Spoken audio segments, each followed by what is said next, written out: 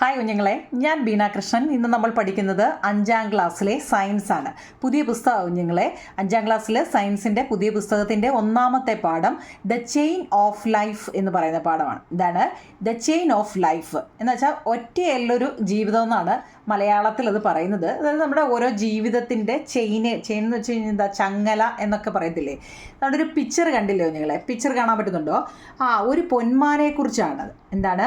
ഒരു പൊന്മാന് എന്താ, ആ ഫിഷ്, വെള്ളത്തിൽ കിടക്കുന്ന ഫിഷിനെ നോക്കുന്നതായിട്ടാണ് പിക്ചറിൽ കൊടുത്തിരിക്കുന്നത് കേട്ടോ.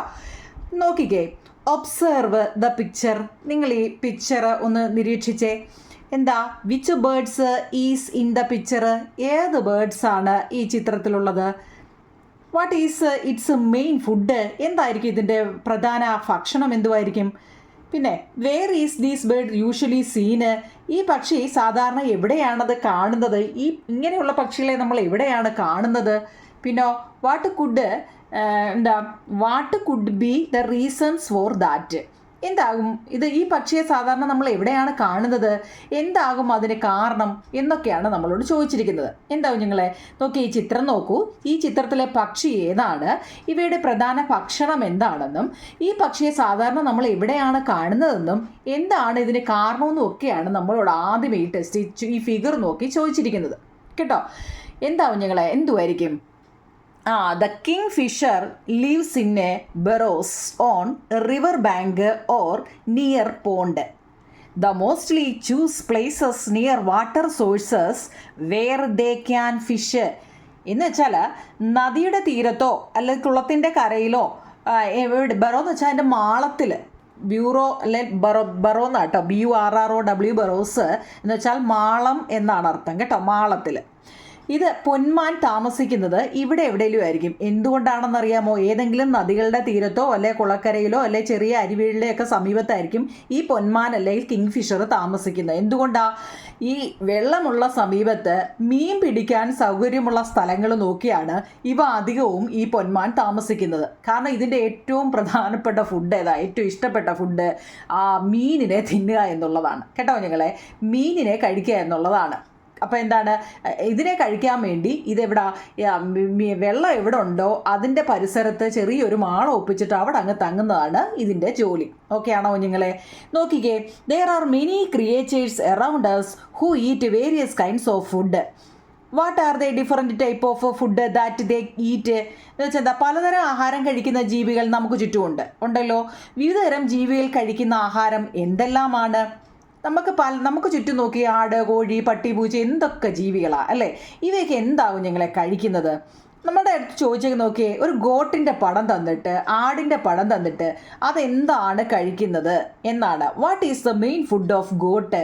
എന്തോ ഞങ്ങളെ, ആട് എന്തൊക്കെയാണ് കഴിക്കുന്നത്? നിങ്ങളുടെ അറിവിൽ എന്തൊക്കെയുണ്ടോ അതിൻ്റെ എല്ലാം പേരെഴുതി വെക്കാനാണ് അല്ലേ. ആട് എന്തൊക്കെ കഴിക്കും?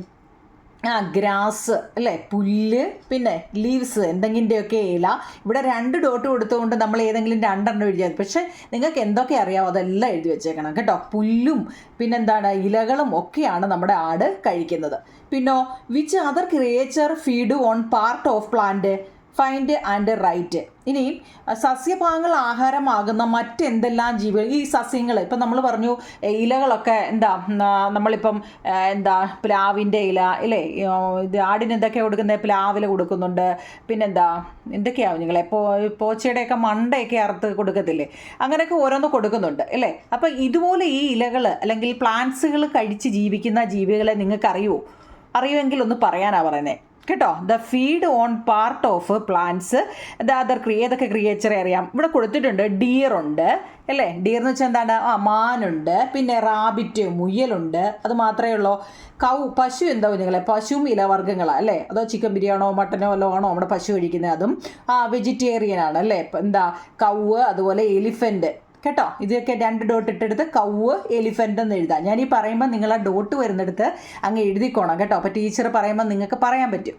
അതാണ് ഫസ്റ്റ് പേജിൽ കൊടുത്തിരിക്കുന്നത്. ഓക്കെ ആണോ നിങ്ങളെ? ഓക്കെ ആണെന്ന് വിശ്വസിക്കുന്നു. ദ ചെയിൻ ഓഫ് ലൈഫ് എന്നുള്ള പാഠമാണ്. ഞാൻ പറയുന്നതിനനുസരിച്ച് തന്നെ നിങ്ങളും പഠിച്ച് അങ്ങ് പോവുക കേട്ടോ. ഇനി അതിനുവേണ്ടി പ്രത്യേക സമയം നോക്കണ്ട. നോക്കിക്കേ, അടുത്തത് ഫുഡ് ആൻഡ് ഹാബിറ്റാറ്റ്. ഹാബിറ്റാറ്റ് എന്ന് വെച്ചാൽ എന്തോ നിങ്ങളെ അതിൻ്റെ വാസസ്ഥലം. ഓരോ ജീവികളും താമസിക്കുന്നതിൻ്റെ വാസസ്ഥലത്തെക്കുറിച്ചാണ്. പിക്ചർ കണ്ടോ? ഈ പിക്ചറിൽ ആരൊക്കെ ഉണ്ടെന്ന് നോക്കി. Observe these picture. ഒരു കൊക്കുണ്ട്, കാക്കയുണ്ട്, ഇവിടെ ഒരു ഒച്ചിരിപ്പുണ്ട്, ആമയുണ്ട്, ഗ്രാസ് ഹോപ്പറുണ്ട്, പിന്നെ ഫ്രോഗ് ഉണ്ട്, ഇവിടെ ഒരു സ്നേക്ക് ഉണ്ട്, പിന്നെ ഒരു തുമ്പിയുണ്ട് അല്ലേ. നമ്മൾ വയലിലൊക്കെ പോകുമ്പോൾ കണ്ടിട്ടുണ്ടോ? വയലിൻ്റെ സൈഡിൽ ഇതെല്ലാം ഉള്ളതാണ്. ചോദ്യം നോക്കിയേ, write down the creature seen in the picture. ഏതൊക്കെയാ ചിത്രത്തിലുള്ള ജീവികൾ എന്തെല്ലാമാണെന്നൊന്ന് പറഞ്ഞു നിങ്ങളെ. Which of these creature feed on plants. ഇവയിൽ സസ്യങ്ങളെ ആഹാരമാക്കുന്ന ജീവികൾ, ഇത്രയും ജീവികൾ ഉണ്ടെങ്കിൽ തന്നെയും സസ്യങ്ങൾ കഴിക്കുന്നത് ഇതിനകത്തിൽ ഏതൊക്കെയാണ്? സസ്യം എന്ന് വെച്ചാൽ പ്ലാന്റ്സുകൾ, ഇലവർഗ്ഗങ്ങൾ കഴിക്കുന്നത് ഇതിനകത്തിൽ ഏതൊക്കെയാണ് നിങ്ങളെ? നോക്കിക്കേ, സ്മാൾ ഫിഷ് എന്ന് പറയുന്നുണ്ട്. അതിനകത്തിൽ അവർ സ്മാൾ ഫിഷ് പറയുന്നുണ്ട്. പിന്നോ വോംസ്. വോംസ് എന്ന് വെച്ചാൽ എന്താ? വോംസ്, എർത്ത് വോംസ് എന്നൊക്കെ കേട്ടിട്ടുണ്ടോ? കേട്ടിട്ടുണ്ടോ? അതാണ്ട് ഈ മണ്ണിരയാണ് ഇവിടെ ഒരു ഉദ്ദേശിക്കുന്നത് കേട്ടോ, പാമ്പല്ല കേട്ടോ. പിന്നെന്താ, നിങ്ങൾ അങ്ങനെ ഓരോ എന്തൊക്കെ പ്ലാന്റ്സുകൾ കഴിക്കുന്ന ജീവികളുണ്ടോ അതെല്ലാം എഴുതണം. ഗ്രാസ് ഹോപ്പർ ഉണ്ട്. പിന്നെ ഇനി ചെറുമീനുകളെ ആഹാരമാക്കുന്നത്. Which creature feed on small fish. ചെറിയ മീനുകളെ ആഹാരമാക്കുന്ന ഇതിനകത്തിൽ എന്തൊക്കെയുണ്ട്? ചെറിയ മീനുകളെ കഴിക്കും നമ്മുടെ ഫ്രോഗ് അല്ലേ. തവള ചെറിയ മീനിനെ കഴിക്കും. പിന്നെ ആമ ചെറിയ മീനുകളെ കഴിക്കും. പിന്നെ ഏതെങ്കിലും 2 ഡോട്ട് ആയതുകൊണ്ട് 2 എണ്ണം നിങ്ങൾ എഴുതിക്കണം കേട്ടോ. ഏതൊക്കെയാ? ഫ്രോഗും ക്രാബ്, ടോർട്ടോയിസ്, ഇതൊക്കെ ഇതിനകത്തിലുള്ളതാണ്. അതിനകത്തിൽ ഫിഷിനെ ചെറിയ മീനുകളെ കഴിക്കുന്നതാണ് ഇത് ഇത്രയും. അപ്പം ഈ ഡോട്ട് വരുന്നിടത്ത് ഞാൻ പറയുന്നത് എഴുതണം കേട്ടോ. ഇവിടെ എന്താണ്? സ്മാൾ ഫിഷും വോംസും ഒക്കെ ഉണ്ട് കേട്ടോ. WORM worms. ഇനി സ്മാൾ ഫിഷസോ ക്രിയേച്ചർ ഏതാണ്? ഫ്രോഗ്, ക്രാബ്, ടോർട്ടോയിസും ഒക്കെ എഴുതിക്കോണം കേട്ടോ. ഓക്കെ ആണോ നിങ്ങളെ? നോക്കിക്കേ അടുത്ത്. അതായത് every creature in the picture feed on some other organism. Small fishes feed on plants, large fishes feed on small fishes അല്ലേ. ആണല്ലോ. ചിത്രത്തിൽ ഓരോ ജീവിയും എന്തിനെല്ലാമാണ് ആഹാരമാക്കുന്നത്? ചെറുമീനുകൾ സസ്യങ്ങളെ ആഹാരമാക്കുന്നു. ചെറിയ മീനുകളൊക്കെ അവിടെയുള്ള പ്ലാന്റ്സിലൊക്കെ കഴിക്കുന്നു എന്ന് നമ്മൾ പറഞ്ഞു. അതാ വലിയ മീനുകളോ? വലിയ മീനുകൾ അവിടുത്തെ ചെറിയ മീനുകളെയാണ് കഴിക്കുന്നതെന്ന്. ലാർജ് ഫിഷസ് ഫീഡ് ചെയ്യുന്നത് സ്മാൾ ഫിഷസിനെയാണെന്ന്. പിന്നോ ദ ക്രെയിൻ ഫീഡ്. ക്രെയിൻ എന്ന് വെച്ചാൽ എന്താ കുഞ്ഞുങ്ങളെ? ഈ വാക്കുകളൊക്കെ ഓർത്തോണം കേട്ടോ. നിങ്ങൾ 5-ലല്ലേ? ഈ ഓരോ വാക്ക് പറയുമ്പോഴും അതിൻ്റെ നോക്കിക്കോണം. ക്രെയിൻ എന്ന് വെച്ചാൽ കൊക്കുകളാണ്. Cranes feed on fishes. കൊക്കുകൾ മീനുകളെയാണ് ആഹാരമാക്കുന്നത്. Complete the illustrations by adding other creature in the field. അങ്ങനെയാണെങ്കിൽ നിങ്ങൾ ഈ ഫീൽഡിലുള്ള, ഫീൽഡ് എന്ന് വെച്ചാൽ വയൽ കേട്ടോ. അതൊക്കെ ഓരോ വാക്കും കേട്ടോണേ. ഫീൽഡ് എന്ന് വെച്ചാൽ വയൽ. ഈ വയലിലുള്ള മറ്റു ജീവികളെയും ഉൾപ്പെടുത്തി നിങ്ങൾ ഈ തന്നിരിക്കുന്ന ഫ്ലോ ചാർട്ട് തയ്യാറാക്കാൻ കേട്ടോ. ഇതൊരു കുട്ടിയുടെ ഞാൻ മേടിച്ചുകൊണ്ട് വന്നോ, എന്തൊക്കെ എഴുതി വെച്ചിട്ടുണ്ട്. അത് പോട്ടെ. നമുക്കിവിടെ പ്ലാന്റ്സ് അല്ലേ, ഈ സസ്യം കഴിക്കുന്ന ആരാ കുഞ്ഞുങ്ങളെ? സ്മാൾ ഫിഷ്, പിന്നെ ഗ്രാസ്, പുൽച്ചാടി, പുല്ല തിന്നുന്നത്, പിന്നെ വോംസിൻ്റെ കാര്യം പറഞ്ഞു ഇല്ലേ. ഇതൊക്കെ എന്താ? പ്ലാന്റ്സ് കഴിക്കുന്നതാണ്. ഇനി സ്മാൾ ഫിഷിനെയും ഗ്രാസ് ഹോപ്പറിനെയും ഒക്കെ ആരാ കഴിക്കുന്നത്? സ്മാൾ ഫിഷിനെ കഴിക്കുന്നത് ലാർജ് ഫിഷാണെന്ന് നമ്മൾ പറഞ്ഞു അല്ലേ. പിന്നെ ഗ്രാസ് ഹോപ്പറിനെയോ പുൽച്ചാടിനെ ആരാ കഴിക്കുന്നത്? പുൽച്ചാടിയെ ഫ്രോഗ് കഴിക്കും അല്ലേ. പിന്നോ ഈ ഫ്രോഗിനെ ആരാ കഴിക്കുന്നത്? ക്രെയിൻ, കൊക്ക്. ക്രെയിൻ എന്ന് വെച്ചാൽ എന്താണ്? കൊക്ക് കേട്ടോ. അത് ഓർത്തോണേ. സ്മാൾ ഫിഷിനെ ലാർജ് ഫിഷ് കഴിക്കും. ഈ ലാർജ് ഫിഷ് വലിയ മീനിനെ എപ്പോഴും കൊക്ക് വന്ന് കൊത്തിക്കൊണ്ട് പോകുന്ന നമ്മൾ കാണുന്നില്ലേ. ഓക്കെ. ഗ്രാസ് ഹോപ്പറിനെയോ പുൽച്ചാടി എപ്പോഴും വന്ന് ഫ്രോഗോ ഒക്കെ പിടിച്ചുകൊണ്ട് പോകും. ഈ ഫ്രോഗിനെ ആരാണ്? ഫ്രോഗിനെ നമ്മുടെ കൊക്ക് വന്ന് കൊത്തിക്കൊണ്ട് പോകുന്നത് കാണാം കേട്ടോ. അപ്പോൾ അതൊരു ചെയിനായിട്ട് എഴുതിയേക്കുകയാണ്. ഓക്കെ. ഇനി നോക്കിക്കേ, ലിങ്ക്ഡ് ടുഗദർ. നമുക്ക് കണ്ണി ചേർത്ത് പറയാൻ എന്തൊക്കെയാ? Deer, rabbit and grasshopper are plant eating creature ആണല്ലോ. നമുക്കറിയാം എന്താ? മുയലും മാന്, അതുപോലെ പുൽച്ചാടി തുടങ്ങിയ ജീവികൾ സസ്യങ്ങളെയാണ് ആഹാരമാക്കുന്നതെന്ന് നമുക്കറിയാം ഇല്ലേ. Complete the food relationship by adding other creature that feed on them. അങ്ങനെയെങ്കിൽ ഇവയിൽ ആഹാരമാകുന്ന മറ്റു ജീവികളെ കൂടി ഉൾപ്പെടുത്തി ഒരു ആഹാര ബന്ധം അല്ലെ ആഹാര ശൃംഖല നിങ്ങൾ തയ്യാറാക്കാമെന്നാണ് പറയുന്നത്. നോക്കിക്കേ, ഇവിടെ പ്ലാന്റ്സ് കഴിക്കുന്ന 3 എണ്ണത്തിൻ്റെ പേര് ഇത് പരീക്ഷയ്ക്ക് ചോദിക്കുന്ന കുഞ്ഞുങ്ങളെ. പ്ലാന്റ്സ് കഴിക്കുന്ന ജീവികളുടെ പേരാണ് ഡിയർ. ഡിയർ എന്ന് വെച്ചാൽ ആരാണ്? മാന്, ഇതിൻ്റെ എല്ലാം മലയാളം അറിയണേ. റാബിറ്റ് എന്ന് വെച്ചാൽ മുയൽ, ഗ്രാസ് ഹോപ്പർ എന്ന് വെച്ചാൽ പുൽച്ചാടിയാണ്. ഇതിനെ ഇനി ആരാ കഴിക്കുന്നത്? ഡിയറിനെ, മാനിനെ ആര് കൊണ്ടുപോകും? ലയണോ ടൈഗറോ ഒക്കെ പിടിച്ചുകൊണ്ട് പോകുന്നത്. അതുപോലെ തന്നെ മുയലിനെയും ഈ ലയണും ടൈഗറും ഒക്കെ പിടിച്ചുകൊണ്ട് പോകുന്നത്. ഗ്രാസ് ഹോപ്പറിനെ എപ്പോഴും ഫ്രോഗ് ആണെന്ന് ഓർത്തോണം കേട്ടോ. നിങ്ങളത് എപ്പോഴും ആ ഒരു ശൃംഖല ഓർത്ത് വെച്ചേക്കണം. നോക്കിക്കേ, present the completed food relationship in the class, expand the food relationship by adding more organism and illustrate in the science diary. പൂർത്തിയാക്കിയ ഈ ആഹാര ശൃംഖല നിങ്ങളുടെ ക്ലാസ്സിൽ ചെന്നിട്ട് അവതരിപ്പിക്കണം. എന്നിട്ട് കൂടുതൽ ജീവികളെ ഉൾപ്പെടുത്തി ആഹാരബന്ധം വിപുലീകരിച്ചിട്ട് നിങ്ങളുടെ ഒരു ഡയറി, ഇനി നിങ്ങൾ 5ാം ക്ലാസ് അല്ലേ നിങ്ങൾക്കൊരു കുഞ്ഞു ബുക്ക് ടീച്ചർ പറയും കൊണ്ടുവരണമെന്ന്. എന്തിനാണെന്നറിയോ? ഈ ഇങ്ങനെയൊക്കെയുള്ള കാര്യങ്ങൾ എഴുതാൻ വേണ്ടി ഒരു ഡയറി വേണമെന്ന് പറയും കേട്ടോ. അപ്പോൾ ഒരു കൊച്ചു ബുക്ക് നിങ്ങൾക്ക് ഇങ്ങനെയുള്ള കാര്യങ്ങൾ എഴുതാൻ വേണ്ടി സയൻസ് ഡയറി എന്ന് പറഞ്ഞൊരു ബുക്ക് കൊണ്ടുവരാൻ പറയുകയാണെങ്കിൽ നിങ്ങൾ കൊണ്ടുചെല്ലണം കേട്ടോ. ഇനി നമ്മൾ ഈ പാഠത്തിലെ മെയിൻ ക്വസ്റ്റ്യനിലോട്ട് കയറാം. നോക്കിക്കേ, എന്താണ് ഫുഡ് വെബ്? എന്താണ് ഫുഡ് വെബ്? അല്ലെങ്കിൽ മലയാളം മീഡിയക്കാർക്ക് ആഹാര ശൃംഖല എന്നാൽ എന്താണ് കേട്ടോ കുഞ്ഞുങ്ങളെ? എന്താണ് ആഹാര ശൃംഖല? Living beings depend on one another for food. These interrelationship, ആ വാക്കോർത്തോണേ കുഞ്ഞുങ്ങളെ, interrelationship among them is the food web. എന്ന് വെച്ചാൽ ഇത്രയേ ഉള്ളൂ, ആഹാരത്തിനായി ജീവികൾ പരസ്പരം ആശ്രയിക്കുന്നുണ്ട് അല്ലേ? ഈ ജീവികളുടെ പരസ്പര ബന്ധമാണ് ഇൻ്റർ റിലേഷൻഷിപ്പ് എന്ന് വെച്ചാൽ അങ്ങോട്ടും ഇങ്ങോട്ടും ഒരു ബന്ധമാണ് ആഹാര ശൃംഖല എന്ന് പറയുന്നത്. നമ്മൾ പറഞ്ഞല്ലോ, ഇപ്പോൾ പുൽച്ചാടിയെ എന്ത് തിന്നുന്നു? ഫ്രോഗ് തിന്നുന്നു. ഈ ഫ്രോഗിനെ സ്നേക്ക് കഴിക്കുന്നു. സ്നേക്കിനെ അങ്ങനെ ഓരോരോ ഇങ്ങനെ ഓരോന്ന് തിന്ന് ജീവിക്കുന്നതിനെയാണ് എന്ത് പറയുന്നത്? ഫുഡ് വെബ് എന്ന് പറയുന്നത്. ഒന്നുകൂടെ വായിക്കാൻ കുഞ്ഞുങ്ങളെ, അത് പരീക്ഷയുടെ ചോദ്യമാണ്. Living beings depend on one another for food. These interrelationship, ആ വാക്ക് ഇൻ്റർ റിലേഷൻഷിപ്പ് എന്ന് വെച്ചാൽ എന്താണ്? പരസ്പര ബന്ധം. Among them is in the food web.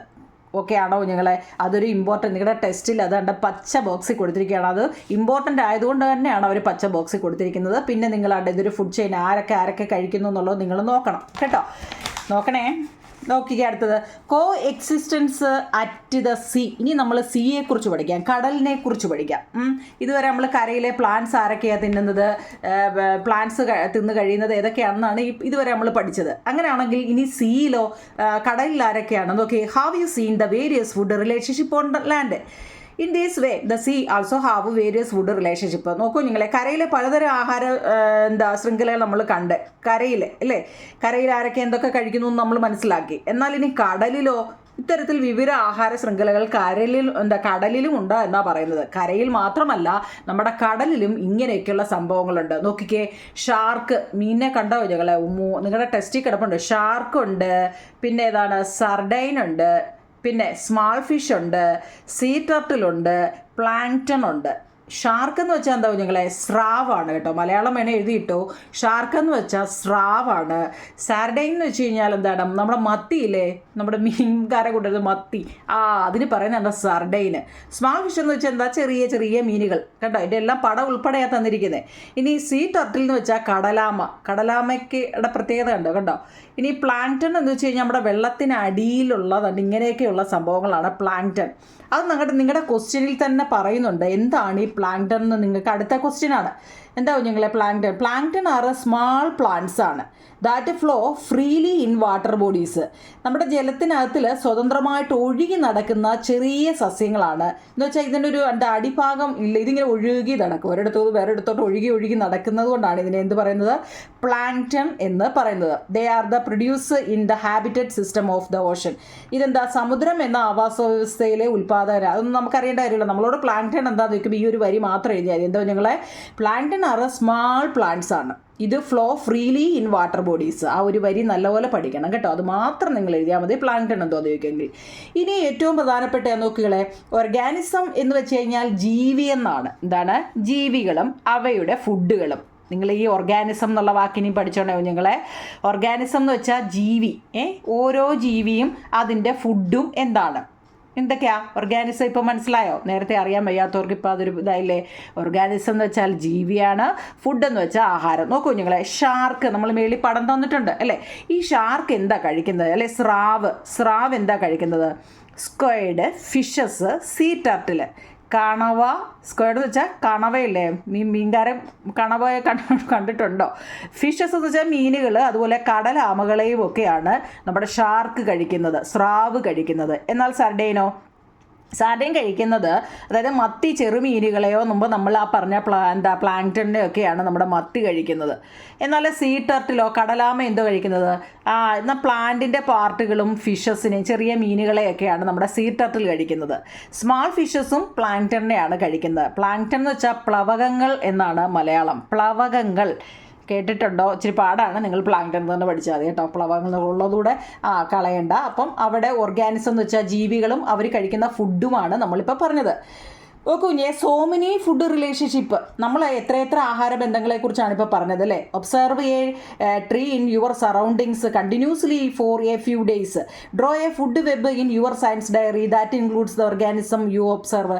നിങ്ങളുടെ പരിസരത്തുള്ള ഒരു മരത്തെക്കുറിച്ച് ദിവസം തുടർച്ചയായി നിരീക്ഷിക്കൂ.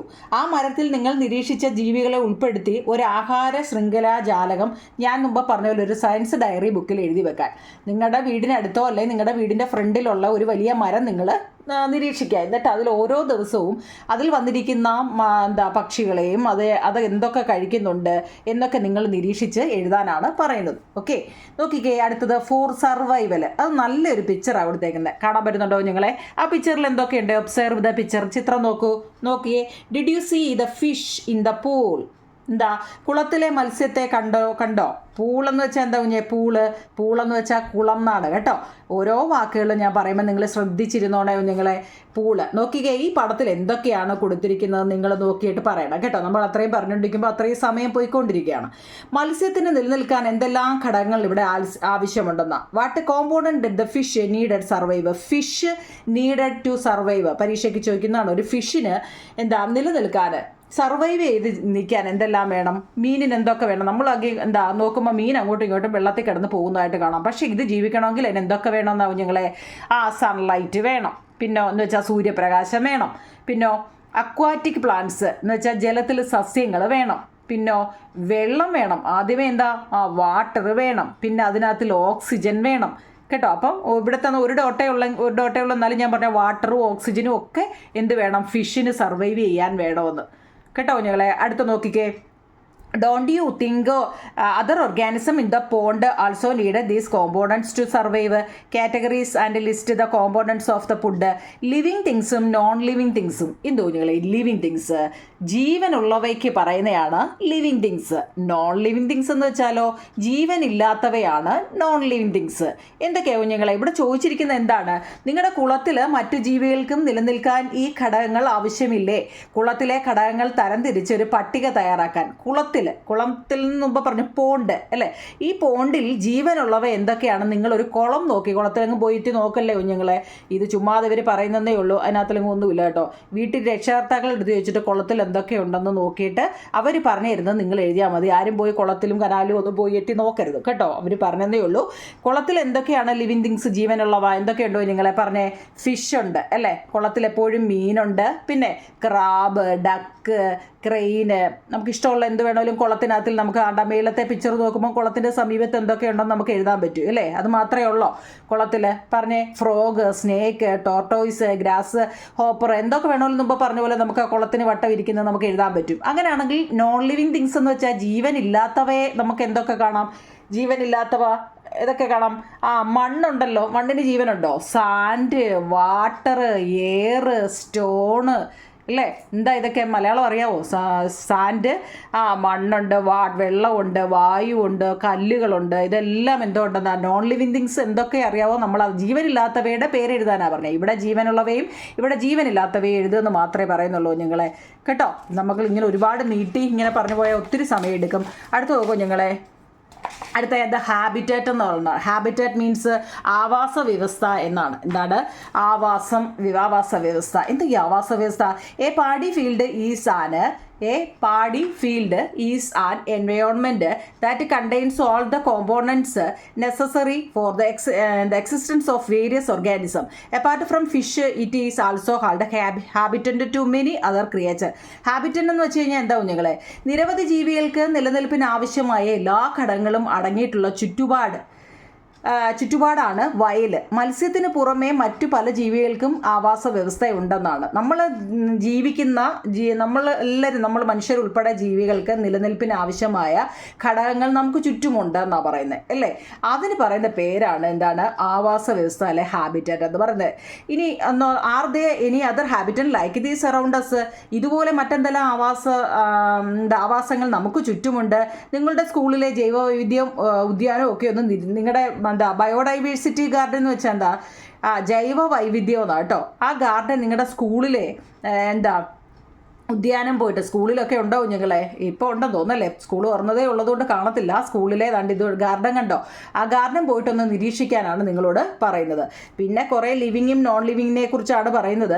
ലിവിങ് തിങ്സ് എന്ന് വെച്ചാൽ നിങ്ങൾ എപ്പോഴും ഓർത്തോണം. അന്നേരം നിങ്ങൾ ഇങ്ങനെ അങ്ങ് എഴുതിയാലും മതി, അത് ജീവനുള്ളവയാണ് ലിവിങ് തിങ്സ് എന്നും, ജീവനില്ലാത്തവ നോൺ ലിവിങ് തിങ്സ് ആണെന്ന് അങ്ങ് എഴുതിയാൽ മതി. അതിനകത്തിലൊന്നും വലുതായിട്ട് കാര്യമായിട്ട് ഒന്നുമില്ല. പിന്നെ നിങ്ങൾ കുറേ പിക്ചർ കൊടുത്തേക്കുന്നുണ്ടോ? ഇവിടെ എന്തൊക്കെ നിങ്ങൾ കാണുന്നുണ്ടെന്ന് എഴുതാനാണ്. ഇവിടെ എന്തൊക്കെയാണ്? നമ്മൾ പുൽമേടുകൾ കാണുന്നുണ്ട് അല്ലേ, മരുഭൂമി കാണുന്നുണ്ട്, പിന്നെ മാംഗ്രൂവ്സുകളും പോളാർ റീജിയനുകളും ഒക്കെ കാണുന്നുണ്ട് എന്നാ പറയുന്നത് കേട്ടോ. Grass land, dessert, mangroves, polar region ഒക്കെ കാണുന്നുണ്ട്. അടുത്ത നോക്കിക്കേ, ഫുഡ് കാർഡിനെ കുറിച്ചാണ്. ഫുഡ് കാർഡ് എന്ന് വെച്ച് കഴിഞ്ഞാൽ the food card is two creature are shown. ഇവിടെ 2 ഇത് കൊടുത്തിട്ടുണ്ട്. 2 ജീവികളുടെ കാർഡ്, ആഹാരത്തിൻ്റെ കാർഡാണ് ഇവിടെ കൊടുത്തേക്കുന്നത്. ഒന്നാരാണ്? ക്രോ ഏതാണ്, ഏത് ക്രിയേച്ചർ എന്ന് വെച്ചാൽ ജീവിയാണ്. ഏത് ജീവിയാണ്? ക്രോയെക്കുറിച്ചാണ്. ക്രോയുടെ ഫുഡ് എന്തുവാന്ന് ഒരു ഫുഡ് കാർഡ് അടിച്ചേക്കുവാ. നിങ്ങൾക്കൊക്കെ ഉണ്ടോ നിങ്ങളെ കാർഡുകൾ? ഉണ്ടോ? നോക്കിക്കേ, അത് സ്മാൾ ക്രിയേച്ചർ, ഫ്രൂട്ട്സ്, ഗ്രെയിൻസ്, ഫുഡിൻ്റെ waste, remains of dead organism ഒക്കെയാണ് നമ്മുടെ ക്രോ കഴിക്കുന്നതെന്നാണ് പറയുന്നത്. എന്നാൽ നമ്മുടെ ഗോട്ടിൻ്റെ കാർഡ് നോക്കിയേ, ID കാർഡ് പോലെ കഴുത്തെ കെട്ടി തൂക്കിയിട്ടേക്കുവാണോ? ഓക്കെ, ഗോട്ടിൻ്റെ ഫുഡ് ഗ്രാസ് ലീവ്സും ഗ്രെയിൻസുമാണ് നമ്മുടെ ഗോട്ടിൻ്റെ ഫുഡ് കാർഡ് കൊടുത്തിരിക്കുന്നത് കേട്ടോ കുഞ്ഞുങ്ങളെ. അപ്പോൾ ഈ ഫുഡ് കാർഡ് വരെ നമുക്ക് ഇന്ന് മതി. നിങ്ങൾക്ക് ഈ ക്ലാസ് ഇഷ്ടപ്പെട്ടിട്ടുണ്ടെങ്കിൽ, മനസ്സിലാവുന്നുണ്ടെങ്കിലും നിങ്ങൾ കമൻറ്റ് ബോക്സിൽ പറ കേട്ടോ. ബാക്കി ഞാൻ എടുക്കാം, ഇല്ലെങ്കിൽ വിട്ടേരെ. ഇഷ്ടപ്പെട്ടില്ല അല്ലെ മനസ്സിലായില്ലെങ്കിൽ നിങ്ങൾ മനസ്സിലായില്ലെന്ന് തന്നെ പറഞ്ഞോ കേട്ടോ. Okay, thank you.